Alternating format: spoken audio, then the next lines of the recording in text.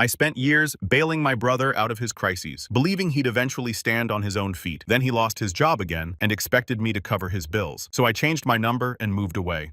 I'm sitting in a coffee shop right now, 3 hours away from the city where I grew up, sipping a latte that costs $8 and tastes like freedom. My parents don't know where I live. My brother doesn't have my new number. And for the first time in a decade, my bank account is growing instead of hemorrhaging money into the black hole that is my family's expectations. But let me rewind, because the story of how one Sunday lunch turned into a full-scale family exodus is worth telling. My name is Ryan. I'm 34, work as a senior software engineer, and up until 6 months ago, I was the family ATM with a pulse and a guilt complex. My older brother Derek is 37. Derek has never met a job he couldn't quit, a crisis he couldn't manufacture, or a relative he couldn't mooch off of, preferably me. Growing up, Derek was the golden child. Charismatic, charming, always had big ideas. I was the quiet one, the responsible one. The one who did his homework while Derek threw parties. The one who got a job at 16 while Derek needed to focus on his creative development. Creative development, by the way, is what my parents called it when Derek spent his junior year of high school writing a screenplay that never got past page 12. I'm not bitter. Okay, maybe I'm a little bitter, but I had my reasons. See, when you grow up as the responsible sibling, you get real familiar with phrases like, "Derek needs help right now. Can you pitch in? You're doing so well. Surely you can spare a little." Family helps family. That last one, that's the nuclear option. The guilt bomb that detonates all rational thought. Let me give you a highlight reel of the past decade. Age 24. Derek drops out of college senior year, has $30,000 in student loans. Can't get approved a loan. Parents ask me to co-sign just until he gets on his feet. I'm working retail and taking night classes at a coding boot camp. But sure, what's another $300 a month? Derek never makes a single payment. I'm still paying that loan. It'll be paid off in 2027. I'll be 40. Age 26. Derek needs a car for his new job opportunity. Needs $5,000 for a down payment. I just landed my first real tech job. Had $7,000 saved. Parents call it a loan. Derek calls it temporary. I call it money I'll never see again. Spoiler: I never saw it again. The new job opportunity lasted 3 months. Age 28. Derek's getting married. To Amber, a woman who describes herself as a wellness influencer with 300 followers and a candle addiction. The wedding costs $35,000. My parents contribute $10,000. Derek and Amber have $2,000. They need $8,000 more for the dream venue. Guess who got the call? It's a once-in-a-lifetime event. Ryan, you're the best man. Don't you want your brother to be happy? We'll pay you back after the honeymoon. The honeymoon was in Cancun, all-inclusive. They posted 147 Instagram photos. I got paid back exactly $0. Age 29 to 32. Derek has business ideas. 3 of them. A food truck failed after 4 months. A dropshipping company failed after 2 months. A consulting firm failed after 1 month when he realized consulting requires actual expertise. Each venture required startup capital. Each time my parents would call, and each time the script was the same. He's trying so hard. He just needs a little boost. My little boosts totaled $15,000 across 3 businesses. Want to know what I got in return? A t-shirt from the food truck that shrank in the wash and a discount code for a dropshipping site that no longer exists. Added up. $30,000 in co-signed loans still being paid $5,000. Car down payment. $8,000 wedding contribution. $15,000 in business investments, plus another $2,000 in random emergencies over the years, car repairs, medical bills. That time, Derek's dog ate a sock and needed surgery. Total, roughly $60,000. $60,000. Meanwhile, I lived in a 1-bedroom apartment with a radiator that sounded like a dying whale. I drove a 2007 Honda Civic with a broken AC and a passenger door that only opened from the outside. I meal prepped chicken and rice every Sunday because I couldn't afford to eat out. But I was doing it slowly, painfully. I was building something. Last year, I finally bought a house. Nothing fancy, a 3-bedroom ranch in a decent neighborhood, but it was mine. I closed on it, stood in the empty living room, and cried like I'd won the lottery. My parents came to the house warming, spent the whole time talking about how Derek and Amber were looking for something bigger and how tough the market is. Derek didn't come. He was busy. I found out later he was at a brewery doing a trivia night. So fast forward to 3 months ago. Sunday lunch at my parents' house, a tradition I'd started to dread, but couldn't escape without triggering a guilt spiral that would last weeks. I showed up at noon. My mom was in the kitchen making Derek's favorite pot roast with those little potatoes he likes. My dad was outside grilling steaks. The biggest one, as always, was marked for Derek. I should have known something was up. The table was set too nicely. My mom was wearing her serious conversation cardigan. My dad kept glancing at me like I was a bomb he wasn't sure how to defuse. Derek and Amber were already there sitting on the couch looking stressed. Amber was scrolling her phone with the intensity of someone Googling how to fake your own death. Derek was staring at the wall like it had personally offended him. "Hey," I said, setting down the store-bought cookies I'd brought. Nobody bakes like Mom, but I'd stopped trying to compete. "Hey, bro," Derek said without looking at me. Amber glanced up, gave me a tight smile, then went back to her phone. "Cool. This was going great. We sat down for lunch. The pot roast was perfect. The steaks were medium rare. The little potatoes were seasoned just right, and then between the salad and the main course, my mom dropped it." So she said, setting down her fork with a kind of deliberate casualness that means nothing casual is about to happen. "We need to talk about something." I looked up. Derek was staring at his plate. Amber had stopped scrolling. "Derek lost his job," Mom said. I blinked again, Ryan Dad said sharply. Dad said, "Don't start." "I'm not starting. I'm clarifying. This is the third time this year, right?" Derek's jaw tightened. The boss was an asshole. He didn't appreciate my ideas. Your ideas to what I asked. You were a sales associate at a mattress store. I had suggestions for improving customer experience and he fired you for that.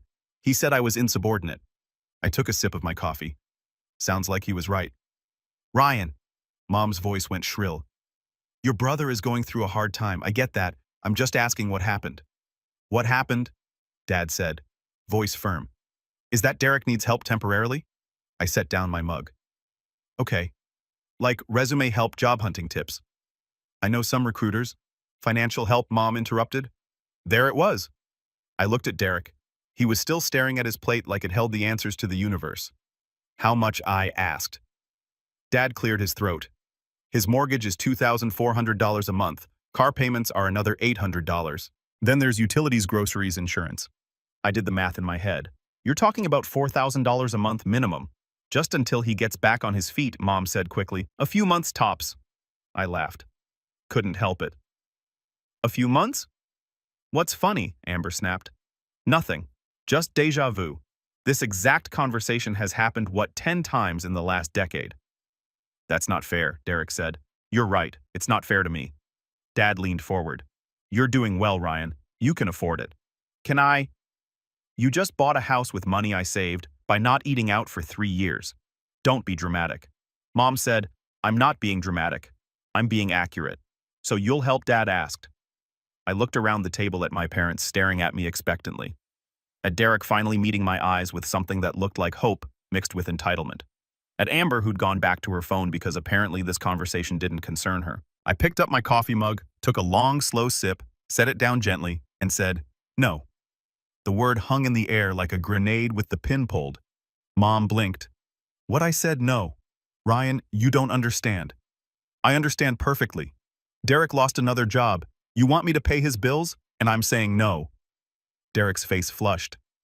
"Are you serious right now?" "Completely." But Mom looked at Dad, panicked. "But he has children."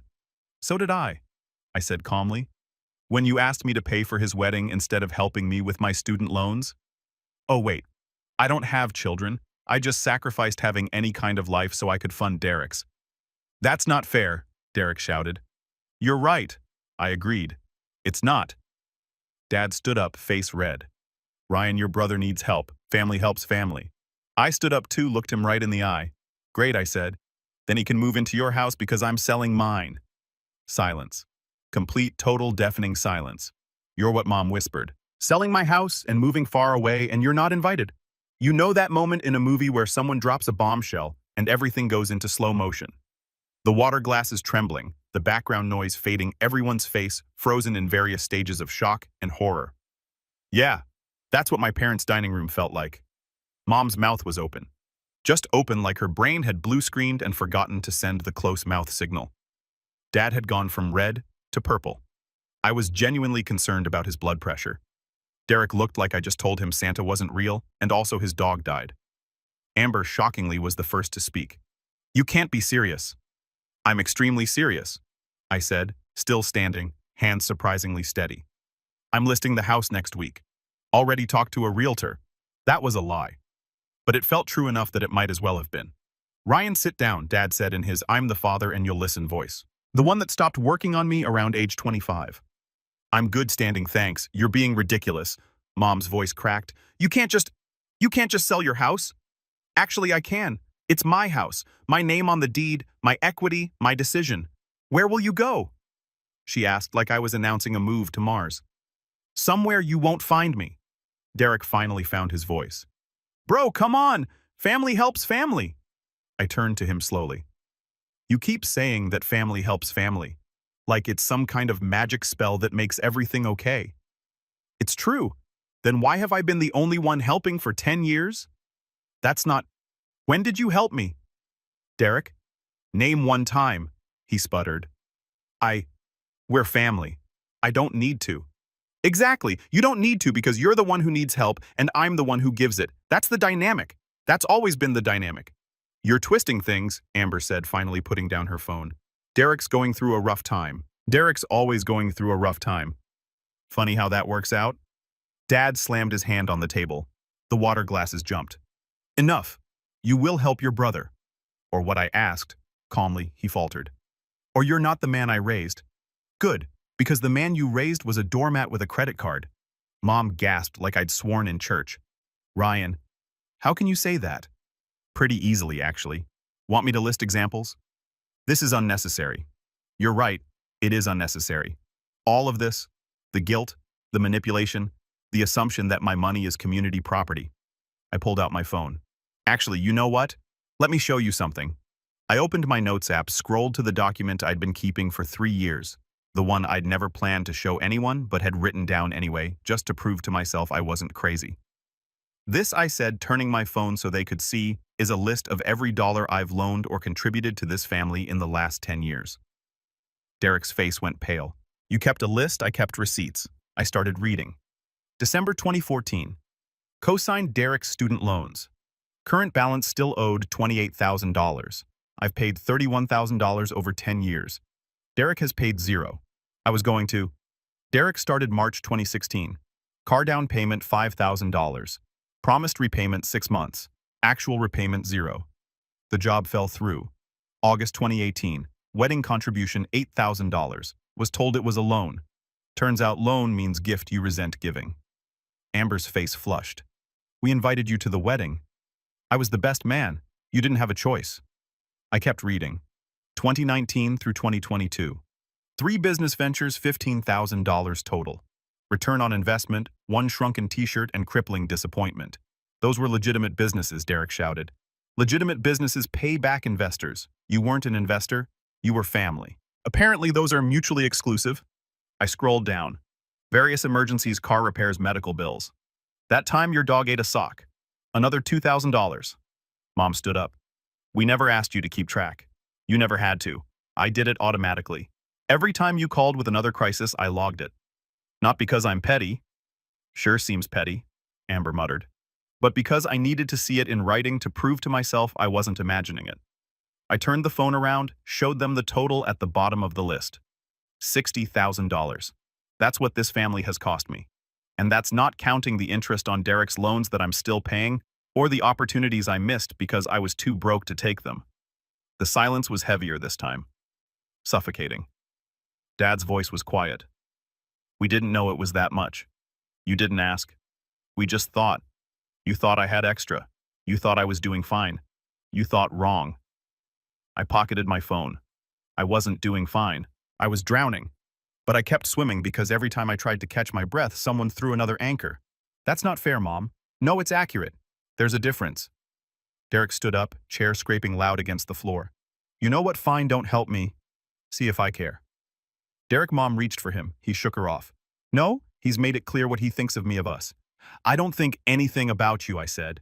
That's the problem. I stopped thinking and started just paying like an ATM. Insert guilt. Receive cash. We're family. Derek's voice cracked. Doesn't that mean anything to you? It meant everything to me for 34 years. But you know what I realized? I was the only one treating it like it meant something. That's when's my birthday, Derek? He froze. What, my birthday? What day is it? He looked at Mom, at Dad, at Amber, back at me.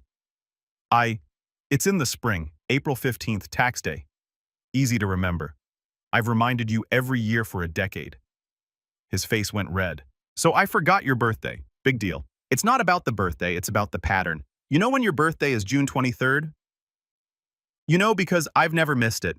I've sent gifts, showed up to parties, made an effort. I've been busy for 10 years. Amber stood up too defensive. Derek has a lot on his plate. So do I. I work 50-hour weeks. I have bills, responsibilities, a life. But somehow I still managed to remember my brother's birthday while funding his entire existence. Mom was crying now, the soft, manipulative kind of crying that's designed to make you feel like a monster. Ryan, please, can we talk about this calmly? I am calm. You're tearing this family apart. No, I'm pointing out that it was already torn. I was just too busy stitching it back together to notice. Dad stepped closer. His intimidation stance. Worked when I was 12. Didn't work anymore. If you walk out that door, he said slowly, don't expect to be welcomed back. I looked at him. Really looked at him. This man who taught me to ride a bike and helped me with homework and also spent 30 years telling me Derek needed me more than I needed myself. Okay, I said. Okay. He looked confused. Okay, I won't expect to be welcomed back because I'm not coming back. Mom sobbed louder. You don't mean that, I really do. I walked to the front door. Behind me, chaos erupted. Ryan, stop. You're going to regret this. You're being selfish. I turned at the door. One last look at the dining room, at the pot roast getting cold, at the family that had spent decades treating me like a resource instead of a person. You know what I said? I've spent 10 years regretting things I did for you. Might be nice to regret something I did for myself. And I left, walked to my car, got in, sat there for a second, hands on the wheel, waiting for the guilt to crash over me like it always did. It didn't come. Instead, I felt light, like I'd been carrying a backpack full of rocks and had finally realized I could just set it down. My phone started buzzing immediately. Mom, please come back inside, let's talk. Dad, this is unacceptable behavior. Derek, you're really going to abandon me. Amber, the kids are going to be devastated. That last one almost got me. Almost. But then I remembered Derek and Amber had 2 kids, 7 and 5. I'd bought Christmas gifts, birthday gifts, back-to-school supplies. I'd babysat when they wanted date nights. And you know how many times those kids had been brought to visit me at my new house 0. I put my phone on, do not disturb. Started the car, drove home. When I got there, I sat on my couch. The one I'd bought on sale, the one that was slightly too firm but was mine, and opened my laptop. Googled how to sell a house fast. Then best cities for remote tech workers. Then how to block family members on all platforms. By midnight, I had a plan. By Monday morning, I had a realtor. By Tuesday, I'd requested remote work approval from my boss. By Wednesday, the for sale sign was in my yard. And by Thursday, my phone was blowing up with messages I wasn't reading because for the first time in my adult life, I was choosing me. And it felt incredible. The for sale sign went up on Thursday morning at 9 o'clock. By 9:47, my mother was standing on my front porch looking like she'd driven there without checking a mirror first. Hair uncombed, cardigan buttoned, wrong eyes, red and puffy. I know because I watched her through the window for a full minute before deciding whether to open the door. Spoiler, I didn't. She knocked, then knocked again, then started calling through the door. Ryan. Ryan. I know you're in there. Your car's in the driveway. I stayed on my couch, laptop open, researching apartments in Austin. Remote-friendly, good tech scene, far enough away that just dropping by would require a plane ticket. Ryan, please, we need to talk. The neighbors were definitely watching. Mrs. Chen from next door had her curtains pulled back, not even pretending to hide. Great, this would be wonderful for property value. My phone buzzed. Mom was texting while standing on my porch. Impressive multitasking. Mom, I can see your shadow moving. I'm not leaving until we talk. I typed back. Then I hope you brought snacks. She read it. I heard her make an exasperated noise through the door. More knocking. This is ridiculous. I'm your mother. I turned up my headphones and went back to researching neighborhoods. She lasted 45 more minutes before giving up. I watched her trudge back to her car, shoulders slumped in defeat. She sat in the driver's seat for another 10 minutes, probably crying, possibly calling reinforcements before finally driving away. I felt bad for approximately 30 seconds. Then I remembered the Sunday lunch ambush and went back to my apartment search. Friday afternoon, my realtor called. So, good news and weird news, Janet said. She was mid-50s, no nonsense, had seen everything. Good news. We have 3 showings scheduled for tomorrow. Market's hot right now. And the weird news, your dad called the office, said he needs to talk to you about family business before the house sells. Wants me to pass along his number. I laughed. He has my number. That's what I figured. Should I tell him anything? Tell him the house is selling and there's nothing to discuss. You got it. Oh, and Ryan, whatever family drama, this is not my business. But for what it's worth, you've got good energy. People can tell when someone's making a healthy choice. Thanks, Janet. Now let's sell this house and get you that fresh start. The showings went well, really well. By Sunday evening, I had 2 offers, both above asking price. The housing market was insane, and apparently my modest 3-bedroom ranch was exactly what young families were looking for. I accepted the higher offer. Closing in 30 days fast, clean, exactly what I needed. I texted my cousin Marcus, the only family member I still talk to, mostly because he'd moved to Denver 3 years ago and had his own escape story. House sold. Closing in 30 days. Holy cow, you actually did it. Yep. Where are you moving? Austin, remote work approved. Need help moving. You're in Denver. I can fly in for a weekend. Wouldn't miss this. You just want to see the family meltdown in person, obviously. But also, you're my favorite cousin and I support your choices. I'm your only cousin who doesn't ask you for money. Exactly. When do you tell them? Good question. When did I tell them? Answer: I didn't. I just let them find out. It took 3 days. 3 blissful, quiet days where I packed boxes, purged old stuff, and planned my new life. Then Derek showed up. He didn't knock. He still had the garage code from when he'd borrowed my lawnmower 2 years ago and never returned it. Add that to the list. 1 lawnmower, $400. I heard the garage door open, heard footsteps, looked up from the box I was packing to see Derek standing in my living room, looking around at the half-empty space like he'd walked into a crime scene. "What the hell, man?" he said. "You can't just walk into someone's house, Derek. The garage code still works. I'm changing it today." I went back to packing books. "What do you want?" "What do I want?" "You're actually selling the house." "Yep." "Where are you going?" "Somewhere else." "Ryan. Come on, don't be like this." I looked up at him. Really looked. He'd aged badly in the last few years. Stress probably, or karma. Hard to tell. Be like what I asked. Clear about my boundaries. Done funding your life. An adult with agency. You're being petty. I'm being free. There's a difference. He ran his hand through his hair, a nervous habit from childhood. "Look, I get it. I messed up. I should have paid you back. I should have been more responsible. But this running away, that's not going to solve anything. It's not running away, it's running towards something better. What's better than family?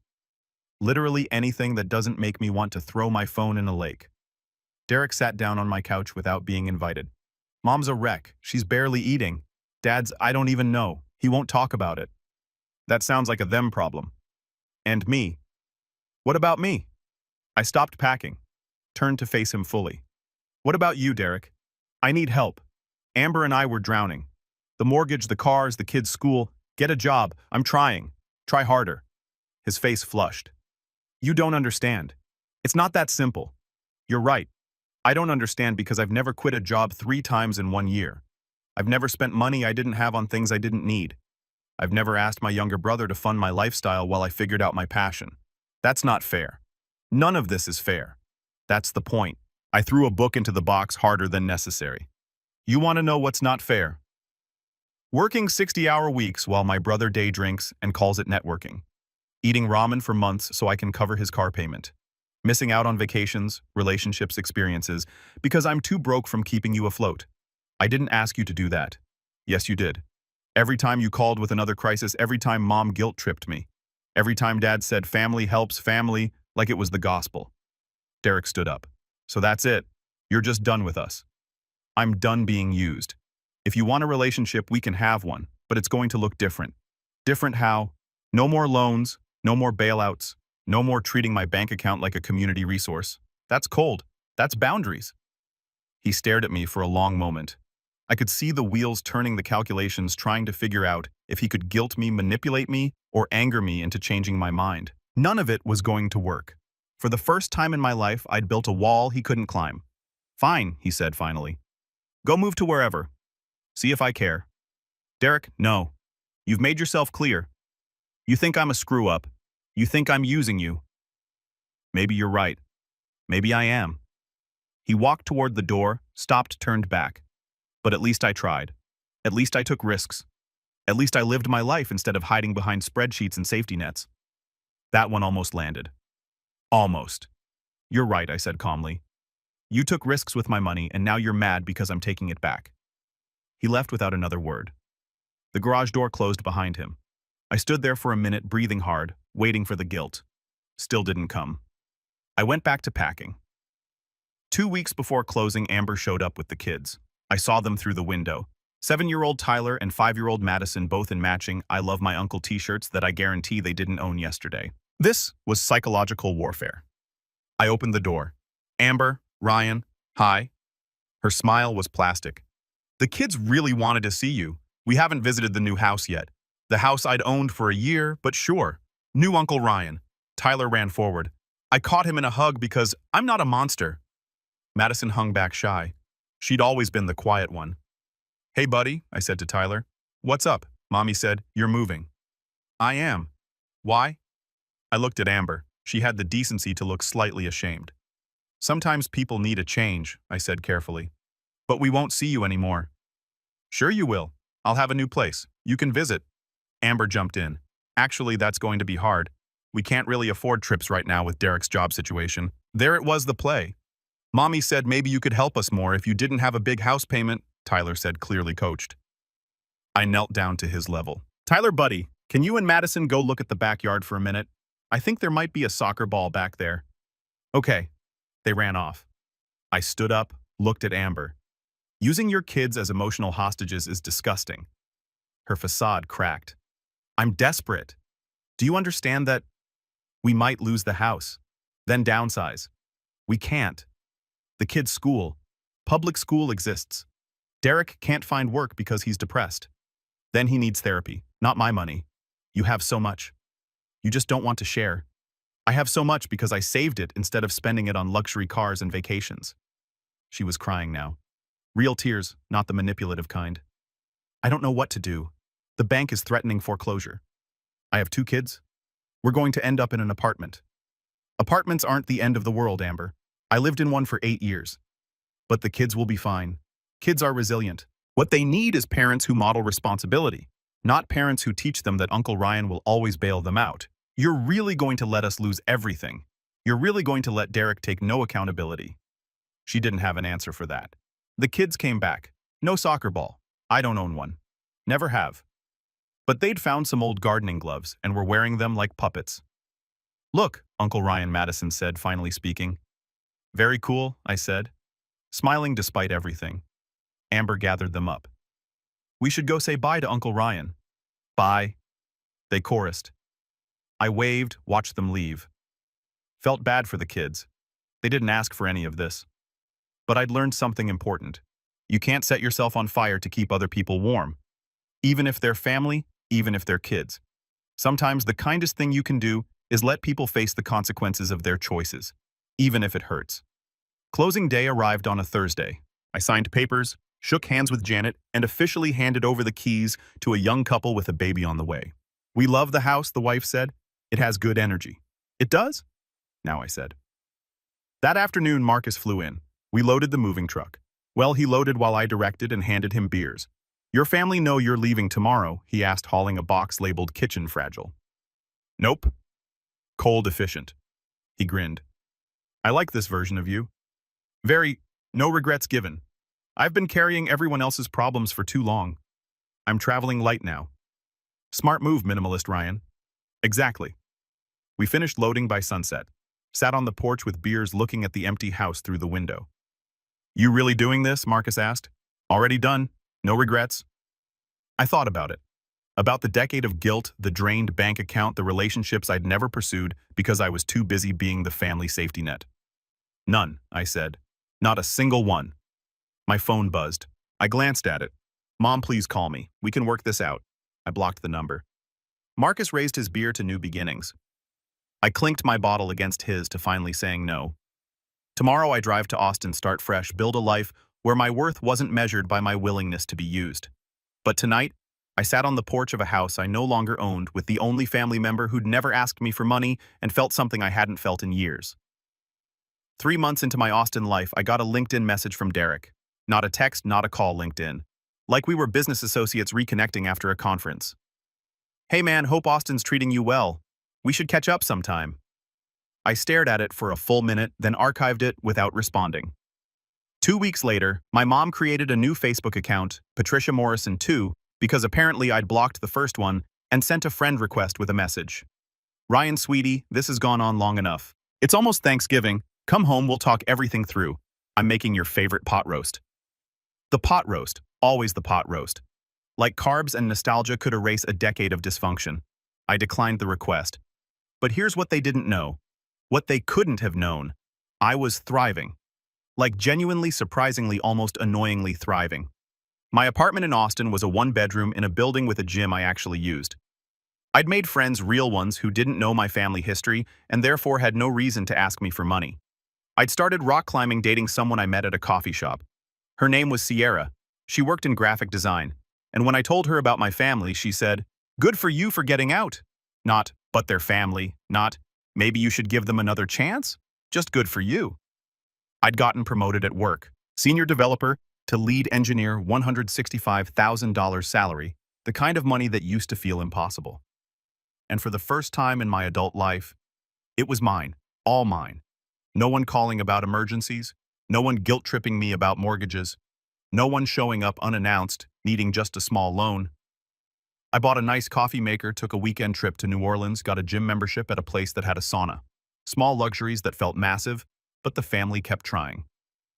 Thanksgiving week, my phone rang from an unknown number. I almost didn't answer, but something made me pick up. Ryan, my dad's voice calling from someone else's phone. "Clever. How did you get this number? I have my ways." He didn't. He'd probably called my HR department claiming it was an emergency. "We need to talk." "No, we don't. Your mother is devastated. She cries every night. That sounds hard for her." "Don't be cold." "I'm not being cold. I'm being honest. Mom cries when she doesn't get her way. Always has." Silence. Then Derek and Amber lost the house. I'd heard Marcus had told me. Apparently they'd moved in with my parents. It was going exactly as badly as anyone with functioning brain cells could have predicted. "I'm sorry to hear that." I said, meaning it about 40%. "They're living with us now. It's crowded." "Sounds challenging." "Ryan, you could help? You're doing well?" And there it is. I laughed. 3 months of silence, and the first time you call, it's to ask for money. "I'm not asking for money." "Then what are you asking for?" He fumbled. "I'm asking you to be part of this family again." "I am part of the family. I'm just the part that lives in Austin and doesn't fund anyone's poor decisions." Derek's trying. He's got job interviews. Good. I hope he gets one. Sincerely. But until then, he has a roof over his head at your house, which is exactly where he should be. You're his parents. I'm his brother. Those are different jobs with different responsibilities. When did you become so selfish? The question hit different than I expected. Not because it hurt, but because it was so absurd. Dad, I paid Derek's bills for a decade. I missed vacations, delayed buying a house, put off having a life. And the first year I prioritized myself, I'm selfish. I laughed again. That's not selfish. That's recovery. You don't understand what it's like to have adult children who won't launch. You're right. I don't, because I launched at 22 with student loans and a dream. No safety net, no parents paying my mortgage. We never paid Derek's mortgage. No, you just got me to do it. He was quiet for a long moment. I don't know what you want me to say. I don't want you to say anything. I want you to let me live my life. You're still our son. Then treat me like one, not like a bank. I hung up. Blocked that number too. Christmas came and went. I spent it with Sierra's family in San Antonio. Her parents were warm, funny, and asked me about my job without following up with, "So could you help with it?" Was weird. Good weird. New Year's Eve. I got an email from Amber. The subject line, "Please read this." Against my better judgment, I opened it. "Ryan, I know you don't want to hear from us. I get it. We messed up. Derek messed up. Your parents messed up. I messed up. But I'm writing because I want you to know what's happening. Not to guilt you, just to close the loop, I guess. Derek got a job. It's entry level. It's nothing glamorous. He's stocking shelves at a warehouse, but it's a job. He hates it. Goes home exhausted and angry, but he's doing it. We moved out of your parents' house last month. Got a 2-bedroom apartment. The kids share a room. It's small, but it's ours. Tyler asks about you sometimes. I tell him you're busy. I don't know what else to say. I'm not asking you to come back. I'm not asking for money. I just wanted you to know that we're figuring it out without you. It sucks, but we're doing it. I hope Austin is everything you wanted. Amber. I read it twice. Felt something. Not guilt, not satisfaction, just acknowledgement. They were figuring it out. Good. I didn't respond. 6 months in Austin. I ran into someone from my old neighborhood at a tech meetup. Guy named Paul, worked in cybersecurity, lived 3 streets over from my old house. Ryan. Man, I thought that was you. He shook my hand. How's Austin? Great. Really great. Good for you, man. Heard you sold your place and bounced. Smart move. We chatted for a bit, then casually. Hey, you know your brother's living with your parents again, right? I blinked again. I thought they moved out. They did for like 2 months, then got evicted. Something about unpaid rent. They're back at your parents' place now. Pretty dramatic. Your mom was posting about it on Facebook. Of course she was. Wow, I said that's unfortunate. Yeah, my wife feels bad for your parents, but honestly, he lowered his voice. Between you and me, your brother seems like kind of a mooch. I almost laughed. You have no idea. 8 months in Sierra, and I moved in together a 2-bedroom in a nicer part of town. We adopted a cat named Biscuit who had 3 legs and an attitude problem. Life was good, really genuinely good. And then one Saturday morning my doorbell rang. I answered it in my pajamas, coffee in hand, expecting a delivery. It was Derek. He looked rough, thinner, older, tired in a way that went bone deep. How did you find me? I asked. Marcus gave me your address. Mental note, yell at Marcus later. What do you want, Derek? Can I come in? No. He nodded like he'd expected that. Fair. We stood there in awkward silence. Sierra appeared behind me, curious. Who's this? She asked. My brother. Oh. Her tone said everything. Derek shifted uncomfortably. I'm not here to ask for money. Good, because the answer would be no. I know. He looked down at his shoes, worn-out sneakers I recognized from 3 years ago. I'm here to apologize. I waited. You were right. He continued about all of it. I was using you. I was taking advantage. I told myself it was okay because we're family, but that was just an excuse. Okay, I lost everything because I never learned to stand on my own because Mom and Dad always bailed me out.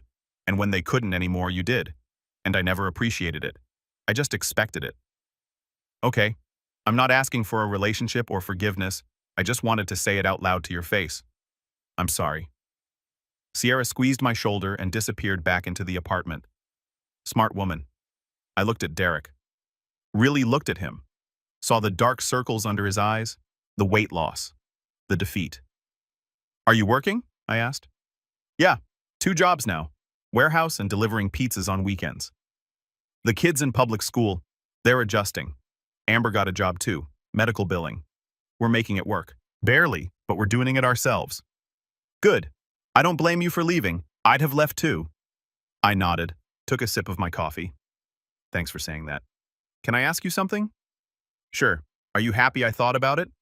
About my job, my apartment, Sierra Biscuit, the life I'd built from scratch with money that was actually mine? Yeah, I said. I really am. He smiled. Sad but genuine. Good. That's good. He turned to leave, then stopped. If you ever want to talk, I'd like that. No pressure, no expectations, just if you want. Maybe someday, I said. Not a promise, just a possibility. He nodded and walked away. I closed the door, leaned against it. Sierra came back with Biscuit in her arms. You okay? Yeah, I think I am. That was big of him to apologize. It was. Are you going to forgive him? Eventually, maybe. But forgiveness doesn't mean going back. It just means letting go. She kissed my forehead. I'm proud of you. A year into Austin, I unblocked my parents on social media.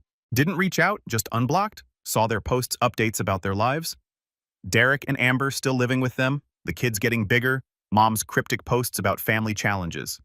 I didn't comment, didn't react, just observed from a distance. They didn't try to contact me. Maybe they'd learned. Maybe they'd given up. Either way, it was fine. I was fine. Better than fine. 2 years in, Marcus visited for a weekend. We went hiking, ate too much barbecue, and stayed up late talking about life. You ever regret it? He asked, going scorched earth on them. Sometimes I regret how it happened, but not that it happened. Fair. What about you? You talk to them occasionally. Christmas cards. That's about it. He paused. Derek's doing better, apparently. Still working 2 jobs. They finally moved out of your parents' place for good this time. Good for them. Think you'll ever go back visit? I thought about it. Maybe someday on my terms. That's all you can ask for. We sat in comfortable silence, watching the Austin skyline light up as the sun set. You know what's funny, I said. They spent years telling me family helps family. And they were right. Family should help. But help doesn't mean sacrifice. It doesn't mean setting yourself on fire to keep others warm. It means boundaries and respect and reciprocity. Marcus raised his beer. To boundaries. I clinked my bottle against his to choosing yourself. And somewhere hundreds of miles away, my family was living their lives without me funding them, without me fixing them without me. And for the first time in my life, that felt exactly right.